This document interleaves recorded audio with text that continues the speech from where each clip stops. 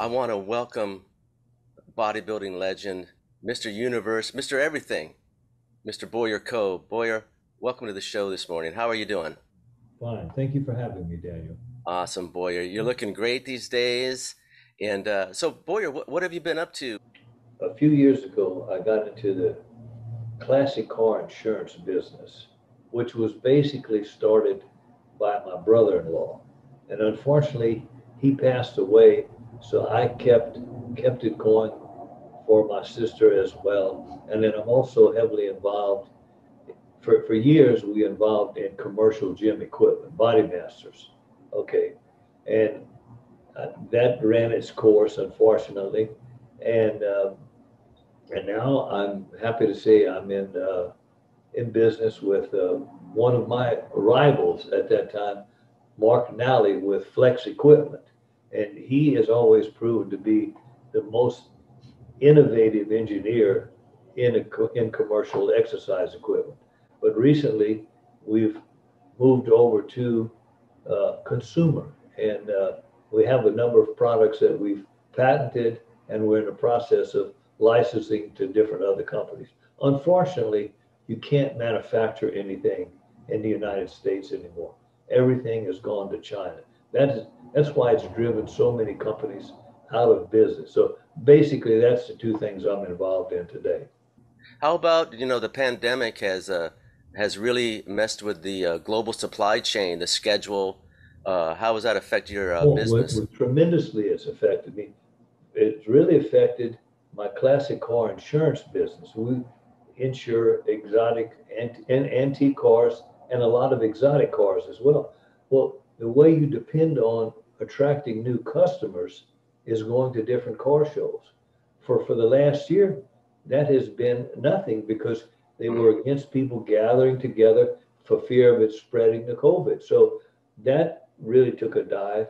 And then especially if you look out at the Pacific Ocean, you'll see ships backed up all the way basically to San Diego trying to get into the Long Beach harbor.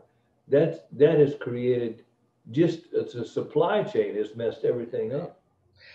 Okay, Boyer. So you've been exercising your whole life, and when you had a great career in bodybuilding back in the golden days, and when you look back at your bodybuilding career, um, and all that you've accomplished, how does that make you feel? What do you think about? How does it make you feel?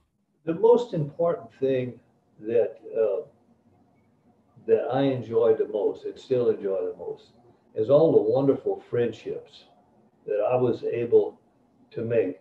I mean, and it just so happened that I was in the right era. I Right. mean, I got to meet and be friends with so many people like, and I know this way before your time, Vic Tanny. Vic Tanny was the first chain operator of gyms in the United States. And he actually showed me one time, he had a membership card where Jack LaLanne was one Hmm. of his members. Because they always say, oh, Jack LaLanne opened up the first gyms. It wasn't, it was Vic Tanny. And he was actually, he started in, I think, Rochester, New York. But he was a very, very interesting man. And I learned a lot from him. And all the people that followed, he was a guy, he was like the godfather of all. Because you go back and just look at California. I'm sure you remember Holiday Health Spas, Sure, sure. okay? And the Jack LaLanne, all those guys that started that business all came from Vic Tanny. Now, Vic Tanny had a brother, Armand Tanny. Is that Armin right? Tanny, I knew Armin very well. He worked years for Joe Weider. Very, very nice guy. But back in the day, uh, you guys used to pose on the floor in front of the judges. Well, that picture there was actually taken at the NABBA Universe. You got Franco in the foreground, me, and then Jim Haislop. Now, Jim Haislop was a guy who, had he not quit, could have gone very, very far because he was a very handsome guy. He was basically like kind of like the second coming of Steve Reeves, Right. you know. But he, going back, stepping back, going to 67, 68, we all competed in AAU contests. For the entire year of 1968, he would come in first, I would come in second. Every contest. He beat me at everything. I'd always win most of the body parts and always the most muscular, but he would come out first. You go to the 1968 Mr. America contest. I won all the body parts except abdominals and the most muscular. I still came out second. So then the next year, 69, I was fortunate enough to win the Mr. America. So I go over to NABBA because after you won the Mr. America, you know, that was about the highest you could go. You couldn't compete in it anymore. That was a rule that they established way back when John Grimmick, who was the only Mr. America that won the Mr. America twice, and then they made a rule you can't compete in it anymore. So the natural sequence was to go to the NABBA universe. So I go over there. An interesting story about that. The afternoon before I left Louisiana to go to London, I'm working out with my training partner. And in those days, we used rosin on our hands to bench press. Well, he had it on his hands, and I'm laying down to do his bench press, and some of the rosin fell and got in my eye. So my eye got infected.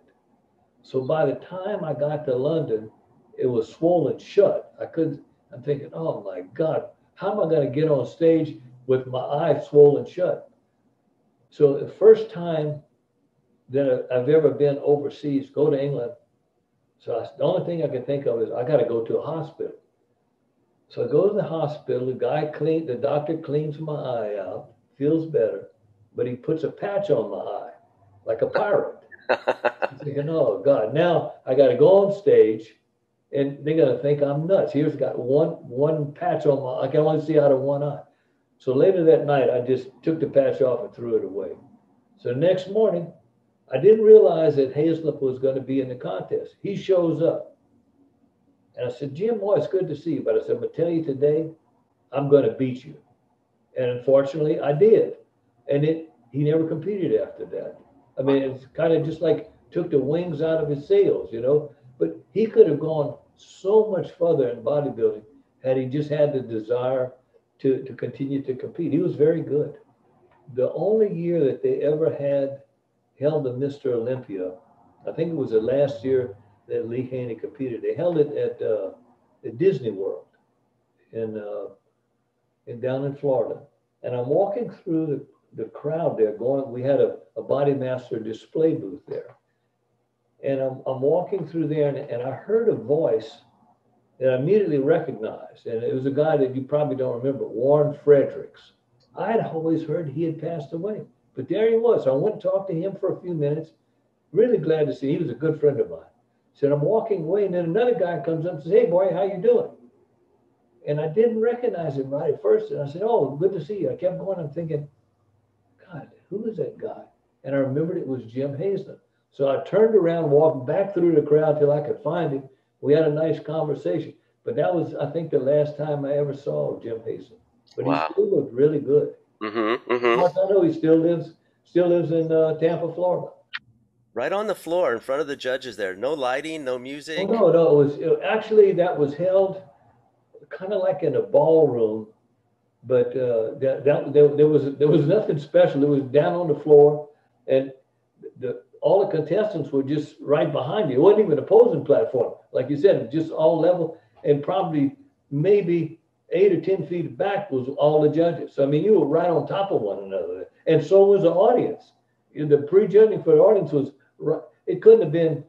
Maybe the pre-judging had the most of maybe 200 or 300 people at the very most, because it was all packed into a little ballroom. It wasn't very big. What period did you meet Arnold and Franco and all those guys? That picture there was in 1970. You have Casey Viator. The guy in the background is a good friend of mine, Dan Howard. And then you got Franco, Zebo Kozuski, Eddie Giuliani, and in the back, there's Arnold. And then in the back is Ken Waller. I don't know who the guy in the suit was. But that was taken that was right after the Mr. America contest that Chris Dickerson won. Casey, at that time, first time he ever entered the Mr. America, and he placed third and won a lot of the body parts. He was good enough to win that year.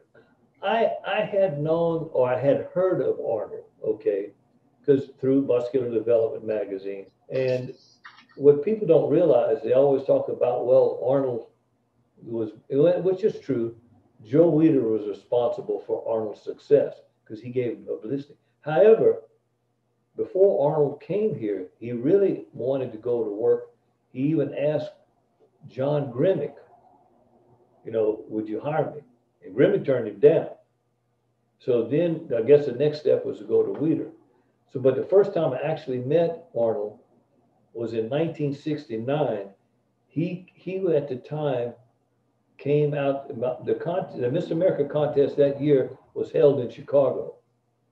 So I'm there competing in a contest, and he had came out to visit Sergio. So both Sergio and Arnold came to the Mr. America. So that's the first time I met him in person, was at backstage at the Mr. America contest. Now I'd known Sergio before that. I met Sergio in 1966. That was the first, he won the Junior Mr. America contest, was held in San Jose, California. And that was first national contest I'd ever entered. And Sergio was unbelievable. He was so far ahead of everybody else in his development. If he would have never posed, if he would have just stood there and everybody else posed their ass off, he'd have still won. That's how good he was. I never will forget that. Backstage, we had so you got to remember, in those days, bodybuilding contests never got started till the weightlifting was over with. So we're back there fooling around. How Sergio and I became friends was we just killing time. And they had a rope. We was backstage of a gym. They had a big gymnastic rope. Okay, so out of boredom, we decided to see if we could climb up that rope. Well, Sergio couldn't quite make it all the way up to the top. Now, just so happened, even as a kid, I was always pretty strong, so I could climb all the way up to the top and come back down. So that impressed Sergio. But what impressed me about him is, for lack of something to do, people started taking measurements. Well, they measured each one of Sergio's thighs. Each thigh was 29 inches. Wow. His waist was only 27 inches. Wow. I mean, and he wasn't that big. He only weighed, I think he weighed 198 pounds at that time. And then later on he got much bigger, but he was just phenomenal. And I guess because of the impression he made on me, he was the best physique I ever saw in all my years of bodybuilding. So back in the 70s, you appeared in a lot of Dan Laurie's W.B.B.G contests with Chris Dickerson. Well, Chris came a little bit after me, yes, but in other words, basically what I would do with Dan Laurie's show, I would use that because it was always about 3 weeks to a month earlier than the NABBA Universe. So I would kind of use that show as a warm-up to see what I needed to do to improve. So I will say this, without a doubt, with all the contests I compete again, okay, the one that meant the most to me was the NABBA Universe because it had such a rich history. Right. You have to remember that was the same contest that John Grimmick won, that Steve Reeves won, that Reg Park won. So that was a great history. And then the people, even though there was no money involved, the hotel was substandard. They didn't even have a bathroom in the hotel. Yeah, I mean, but what it was the way the people treated you there. I never will forget that right after the contest was over with, I'm walking out backstage, out the stage door, and I'm wondering, I asked this old gentleman there, I said, what's all these people hanging around here for? He says, well, they're wanting to meet the Mr. Universe. So I'm shaking hands with people and I lost track of time. So when I got ready to leave, the bus had already left. So all I had was my little gym bag and my trophy. I had to walk, I had no money on me at the time. I had to walk all the way back to the hotel, which was a couple of miles away. But I was on top of the world. I didn't mind it. Good for you. Good. Great stories. I love these stories. So eventually you did end up in the IFBB um, for, I guess, the remainder of your career. Is that right? That's correct, yes. And so how did Arnold recruit you guys to come over to the IFBB? I'd never even given any thought because at that time, the only thing I could compete in was the NABBA universe. That was the only thing left to do. So I had competed in and won it. I actually won it. The last time I won it was in 75. And I'd always been good friends with Oscar Heindenstam, who actually ran the NABBA universe. In 1976, Arnold became, he won in 75, he won over in South Africa, the Mr. Olympia. So he and Jim Larmer decided to promote the Mr. Olympia in Columbus, Ohio. So he called me on the phone. He says, would you be willing to enter the Mr. Olympia? He says, I'm promoting it. I said, yeah. I said, I think that would be fun. I'll do it, you know. So the first time Arnold met Jim Larmer was in 1970. What happened was we had gone over to compete in an NABBA universe. And Jim Larmer arranged us because he was holding a big contest, World Weightlifting Championships. That was the first time that the Russian guy had clean and jerked over 500 pounds. That made history. Funny story about that, I'll tell you in a minute. So the next morning after the NABBA universe, you had me, Arnold, Franco, and myself. We're sitting at the airport. We're flying back same day. We got to get back to New York because we're competing that night in Columbus, Ohio at the Mr. World contest. So we get back to land in New York. Immediately, they usher us off the plane. We never even cleared immigrations or anything. Within probably 45 minutes, we're on a private jet flying to Columbus, Ohio. So Jim Larmer, I knew at that time, had some strong political pull to be able to pull that off. And then that was the first time that Arnold beat Sergio. And I remember after the contest was over with, all night, I remember Arnold saying, I can't believe I actually beat Sergio. So it even surprised him. Wow. Now, what was your relationship like with Dan Laurie? Oh, it was good. I actually, when I would fly in to compete in the contest, I would just stay at his house. He would invite me over to stay at his house. I've always managed, because I can pretty much get along with anybody, but he was always treating me well. That's great. Yeah. Did you talk to him at all about some of your plans to maybe compete in the IFBB, that sort of thing? No, because at that time, I really didn't have any plans. Got it. Before 1976, I never thought about it. Got it. What happened in 1976, I go to Columbus to compete, and Ben Weider says, well, you're not part of the IFBB. You can't compete in the Mr. Olympia. I said, look, I said, Arnold invited me to compete. Otherwise, I wouldn't be here. So he said, well, you have to be loyal to the IFBB. I said, what the hell does that mean? You know? Right. But that was a big, which was really stupid. It was a big fight between him and Bob Hoffman.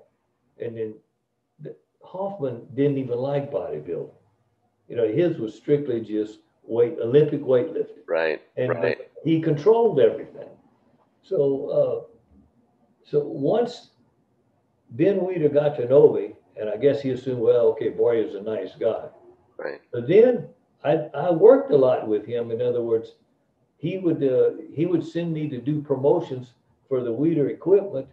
And then I remember a couple of times he would send, which I didn't really care about it, he'd send me to exhibitions. Like I remember I was doing an exhibition one night in Minneapolis. I just get back. I had a gym in New Orleans. I just get back. I couldn't have been back to the gym within 15 minutes. He calls me, says, I really need your help. I said, what do you need? He says, I need you to go to Singapore. I said, what the hell for? He says, he says, Robbie Robinson was supposed to do an exhibition and he don't want to go. Mm. So immediately I had to go down, buy a plane ticket, and then within 2 3 hours I was on a flight to get to Singapore. Wow. But I got along just like with everybody else. With Dandler, I always got along well with Ben Weider as well. Let's talk about some contest prep and back in the day in that time frame. How far out from a contest did you start your diet? I never believed in just bulking up or getting fat and then Right. trimming down. So I pretty much stayed in close to contest shape all year round, and I always trained hard.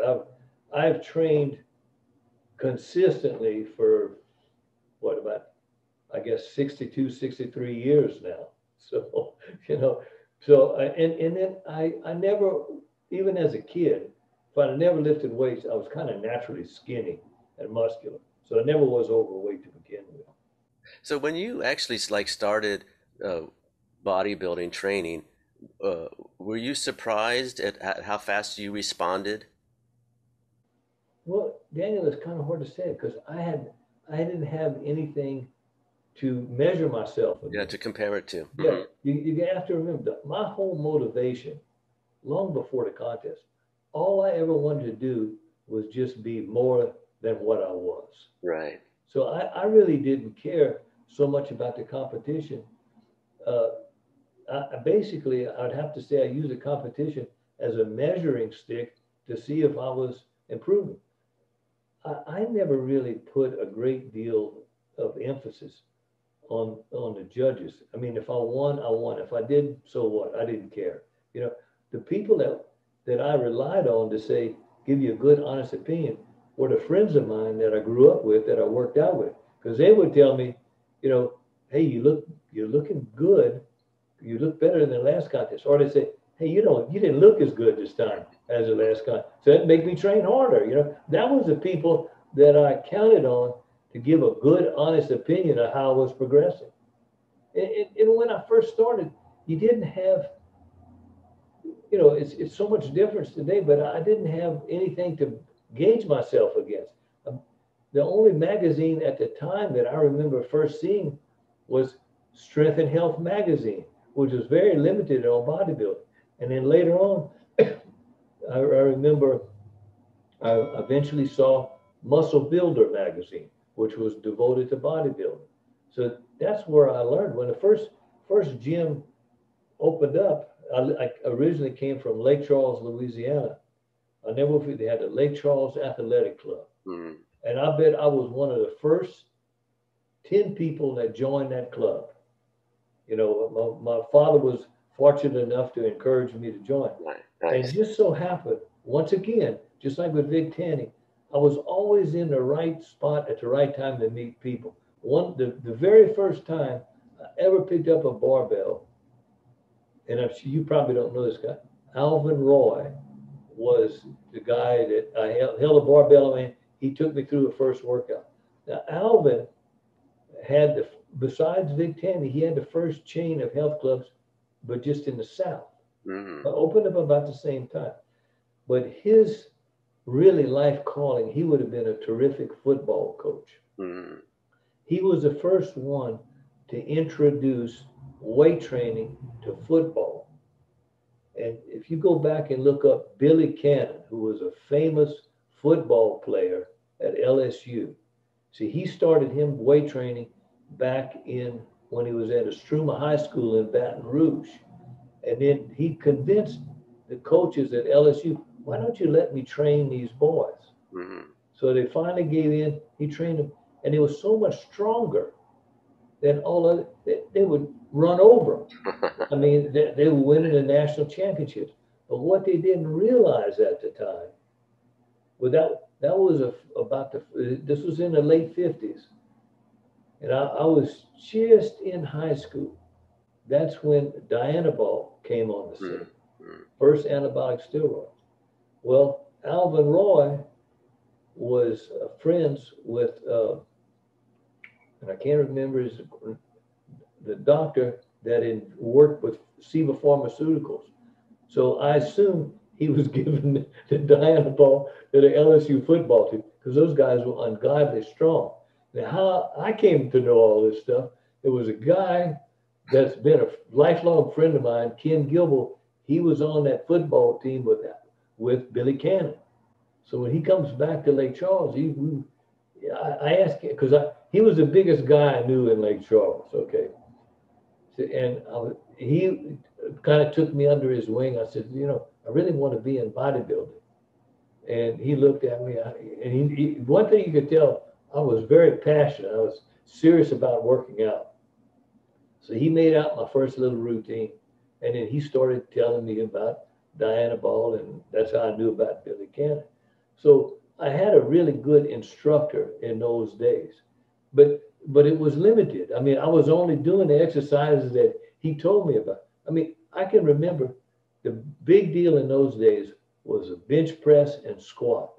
We bench press for an hour, just one exercise. Oh my goodness.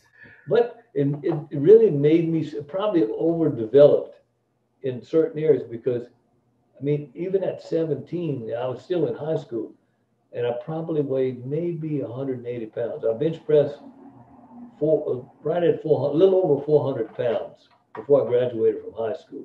So that really, really motivated me. I can remember, I bet when I graduated high school, there was more desks with 400 carved into it. People wondered, what does that 400 mean? Because I'd sit there and I'd carve that 400. I said, I'm going to bench press that before I get out of high school, which fortunately I did. So that was one of my motivating factors. Now, back in the mid 70s, the standards for like definition changed. Guys were getting more cut up. Uh, how much harder was it to get, that defined, to lose that much body fat? Well, it wasn't hard for me because I was always kind of naturally lean. That was one of the things that I think helped me, like maybe defeat Jim Haislop. I was always naturally more muscular. That's why virtually in all the contests, I always won the most muscular when they presented that award because I had very low body fat. But that was just kind of natural. You have to remember, in those days in bodybuilding, nobody gave a 2 cents worth of to do cardio. I don't ever remember. It must have been, I didn't do a single or even considered cardio until maybe 1980 or shortly after that. Because I can remember I was good friends with Mike Mincer, and Mike would go into these ridiculously low calorie diets. And he'd go, like I remember in 1980, we went over to the Olympia in Sydney, Australia. And we trained, we got there, we owned an excursion ticket, so we were there a whole week before the contest. And the gym we were training at was at the top of a steep hill. And I always get up early, go in there and train. And I'm standing outside looking at the outside, and down the hill I could see Mike walking. I'm thinking, man, it looked like he could barely put one foot in front of the other. And then he'd stop and rest a while. And he finally got up to the gym and said, what the hell's wrong with you? He says, oh, I can barely make it. He said, I'm living on 500 calories a day. Well, I mean, but see, Mike, I have to assume Mike ate a lot of junk food, and he would kind of get out of shape or off season. And then he would go to this drastic diet to get in shape. And he would get in fantastic shape, but I just never saw any need to do that, but so I never, other than after that, everything, as I said, people said, oh, you got to do cardio. So, and then in those days, you got to remember now, everybody got on the kick of having low body fat. And so everybody says, oh, so-and-so's got 2% body fat. And I'm thinking, how can you have 2% body fat and be at that weight? Because basically you got to have at least 2 or 3% body fat for every 100 pounds of body weight you weigh. If you weigh over 200 pounds, it's impossible to have 2%. So we're all going getting our body fat tested. So in those days, the only way you could do it is you submerge yourself into a tank. Somehow they would displace that. Well, I never could hold my breath good underwater. So I tried it probably half a dozen times. He says, oh, your body fat's 11%. I'm thinking, I don't see how in the hell my body fat could be that high. Mike's was, I think his was like 3%. Well, that's what he said. And I know I was more defined than Mike. I said, well, I guess that's it. I ain't going to do that anymore. It's too discouraging. You know, I remember looking at the muscle builder magazines or the muscle magazines of the day and seeing champs like you and Arnold and all the guys, and you just always thought they looked like that all the time, right? You know, maybe that was the time they took all the photos for the Oh, exercise photos, yeah, yeah. I right? mean, basically, all your photos for the entire year was shot the day after the contest. Everything is different now. You take, for example, well, first of all, there's no magazines anymore. Right. I can remember as a kid, you read about so and so won the Mr. America, or you'd hear about the Mr. America coming up. You'd have to wait 3 months before you could find the results in the contest. Interesting story. I was reading in Strength and Health magazine, and I'm looking at the results of the Mr. America contest. This was in 1960, and I see that a guy by the name of Lloyd Red Laurel from Harvey, Louisiana, won the Mr. America. I never even given a thought. So I remember telling my dad, I said, hey, you know, Dad, this guy from Louisiana won the Mr. America. Maybe I can do it too.